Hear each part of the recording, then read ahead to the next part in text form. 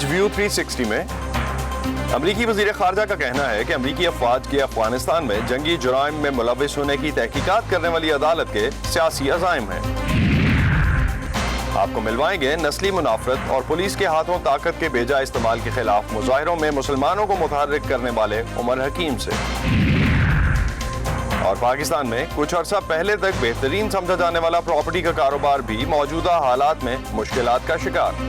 جو ایجنٹ ہے چھوٹا، جو نیا بگنر آتا ہے، جو وہ ڈیل نہیں کر پا رہا ہوتا اور ایسے حالات بن جاتے ہیں تو سب سے زیادہ افیکٹ وہی ہوتا ہے۔ وائس آف امریکہ واشنگٹن سے آپ سب کو خوش آمدید۔ آپ دیکھ رہے ہیں پروگرام ویو 360۔ میں ہوں اسد اللہ خالد۔ افغانستان کے صدر اشرف غنی نے کہا ہے کہ طالبان کے مزید 2000 قیدیوں کو بہت جلد رہا کر دیا جائے گا، جس کے بعد بین الافغان مذاکرات کی راہ ہموار ہو سکے گی۔ صدر غنی نے کہا کہ گزشتہ ماہ عید الفطر کے موقع پر ہونے والی 3 روزہ جنگ بندی کے نتیجے میں ان کی حکومت نے کئی اہم اقدامات کیے ہیں، جن میں 3000 طالبان قیدیوں کی رہائی بھی شامل ہے۔ اس سال 29 فروری کو قطر کے دارالحکومت دوحہ میں طے پانے والے امن معاہدے کے تحت افغان حکومت نے لگ بھگ 5000 طالبان قیدی، جبکہ طالبان نے افغان حکومت کے 1000 سے زائد قیدیوں کو رہا کرنا ہے۔ امریکہ کے خصوصی نمائندے زلمے خلیلزاد نے بین الافغان مذاکرات جلد شروع کرنے کی غرض سے حال ہی میں کابل اور اسلام آباد میں رہنماؤں سے ملاقات کی ہے۔ دوسری جانب طالبان نے امریکی جنرلز کی اس رپورٹ کو مسترد کر دیا، جس میں بتایا گیا تھا کہ القاعدہ کی لیڈرشپ ابھی بھی افغانستان میں مقیم ہے۔ ادھر امریکی صدر ڈونلڈ ٹرمپ نے ایک ایگزیکٹو آرڈر جاری کیا ہے، جس کے تحت بین الاقوامی فوجداری عدالت کے ان اہلکاروں کے خلاف پابندیاں عائد کرنے کا اختیار دیا گیا ہے جو یہ تحقیقات کر رہے تھے کہ امریکی افواج نے افغانستان میں جنگی جرائم کا ارتکاب کیا ہے۔ امریکی وزیر خارجہ مائک پومپیو کا کہنا ہے کہ دی ہیگ میں قائم عدالت کے محرکات سیاسی ہیں اور امریکہ کی خود مختاری کے لیے خطرہ ہے۔ مزید جانیں گے اس رپورٹ میں۔ امریکی فوج اور انٹیلیجنس کے اہلکار گزشتہ 18 برسوں سے افغانستان میں دہشت گردی کے خلاف لڑ رہے ہیں۔ ان کارروائیوں کے نتیجے میں ملک میں مبینہ طور پر متاثرہ افراد کی طرف سے جنگی جرائم کی 700 شکایات سامنے آئی ہیں۔ بین الاقوامی عدالت یا ICC نے اس ضمن میں پہلی بار اپنے وکلاء کو امریکی افواج کے خلاف تحقیقات کا اختیار دیا ہے۔ ہم یہ نہیں کر سکتے۔ ہم اس جعلی عدالت کی جانب سے اپنے لوگوں کو خطرے میں ڈالنے پر خاموش نہیں رہ سکتے، اور میں دنیا بھر میں اپنے بہت سے قریبی اتحادیوں کو ایک پیغام دیتا ہوں کہ اگلا نمبر آپ کا ہو سکتا ہے۔ جمعرات کے روز امریکی وزیر خارجہ مائک پومپیو نے تحقیقاتی عمل میں ملوث ICC کے اہلکاروں پر اقتصادی اور سفری پابندیوں کا اعلان کیا۔ انسانی حقوق کی تنظیموں نے عالمی عدالت کو نشانہ بنانے کے اقدام کی مذمت کی ہے۔ اس حکم نامے کے سب سے تشویشناک پہلو یہ ہے کہ آپ کے پاس ٹرمپ انتظامیہ کی جانب سے متعارف کرائے جانے والے ایسے نظام موجود ہیں جو عموماً امریکہ کو درپیش خطرات سے نمٹنے کے لیے استعمال ہوتے ہیں۔ وہ بتاتے ہیں کہ ICC کیا تحقیقات کر رہا ہے۔ مجوزہ تحقیقات خصوصاً ان جنگی جرائم اور سنگین جنگی جرائم کے بارے میں ہے جو افغانستان کی سرزمین پر تمام فریقوں کی جانب سے سرزد ہوئے۔ اب ظاہر ہے کہ امریکہ اس تنازع کے بہت سے فریقوں میں سے ایک ہے، لیکن اس میں طالبان، افغان حکومت اور اس کے ادارے بھی شامل ہیں، لہٰذا ٹرمپ انتظامیہ صرف ایک فریق کے لیے استثناء حاصل کرنا چاہتی ہے۔ سیکرٹری دفاع مارک ایسپر نے کہا ہے کہ امریکہ کبھی اس آئین کا فریق نہیں بنا جس کے تحت عالمی عدالت تشکیل پائی، اور اس نے اپنے اہلکاروں پر عدالت کے اختیار کو کبھی قبول نہیں کیا۔ یہی وجہ ہے کہ ہماری قوم اور یہ انتظامیہ ایسے امریکی شہریوں کی ناجائز تفتیش کی اجازت نہیں دے گی جنہوں نے ہمارے ملک کی خدمت کی ہے۔ اس کی بجائے ہم توقع کرتے ہیں کہ ہمارے لوگوں کی جانب سے مبینہ بد انتظامی کے بارے میں معلومات کو امریکی حکام کے حوالے کیا جائے تاکہ ہم مناسب کارروائی کر سکیں، جیسا کہ ہم ماضی میں مستقل طور پر کرتے رہے ہیں۔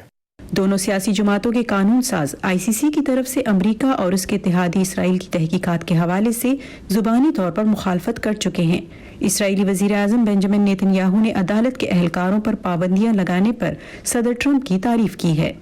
سنڈی سین کی رپورٹ کے ساتھ نیلوفر مغل، وائس آف امریکہ۔ اور اب کچھ بات کرتے ہیں امریکہ میں نسلی منافرت اور امتیاز کے خلاف ہونے والے احتجاج کی۔ امریکی قانون سازوں نے اس ہفتے جارج فلائیڈ کی زندگی کو یاد کرنے کے لیے منعقد کی گئی مختلف میموریل سروسز میں شرکت کی۔ فلائیڈ کی موت کے بعد ہونے والے مسلسل مظاہروں کی وجہ سے امریکی کانگریس اس دباؤ میں ہے کہ وہ امریکہ میں پولیس کے نظام میں نسلی امتیاز کے مسئلے کو حل کرے۔ کیا اس متنازع معاملے پر ڈیموکریٹ اور ریپبلکن جماعتوں کے ارکان کوئی مشترکہ حل تلاش کر سکیں گے؟ جانیں گے اس رپورٹ میں۔ جارج فلوئڈ کو ہیوسٹن میں سپرد خاک کیا گیا۔ ان کے جنازے پر قانون سازوں کا کہنا تھا کہ اس کی موت پر ملک بھر میں ہونے والے مظاہرے تبدیلی کا ایک موڑ ہیں۔ جارج